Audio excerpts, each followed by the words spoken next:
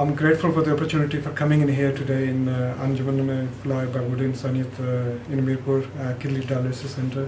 So mashallah, I had an opportunity to visit with my family here.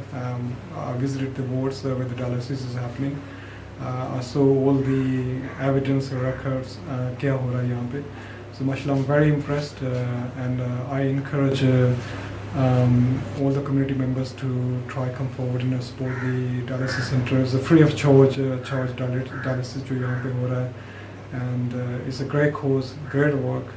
And I think the patients who comes here, they come from very far as well, and is one of the diseases which requires a dialysis bi-weekly or sometimes 3 times a week. It's very costly as well in Pakistan. Personally, I experienced jo meri mother thi, she was also a dialysis patient.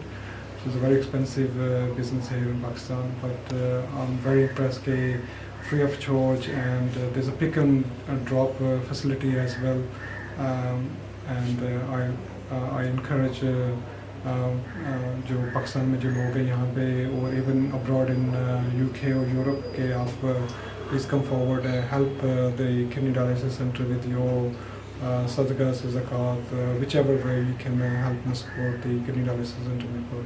Thank you so much.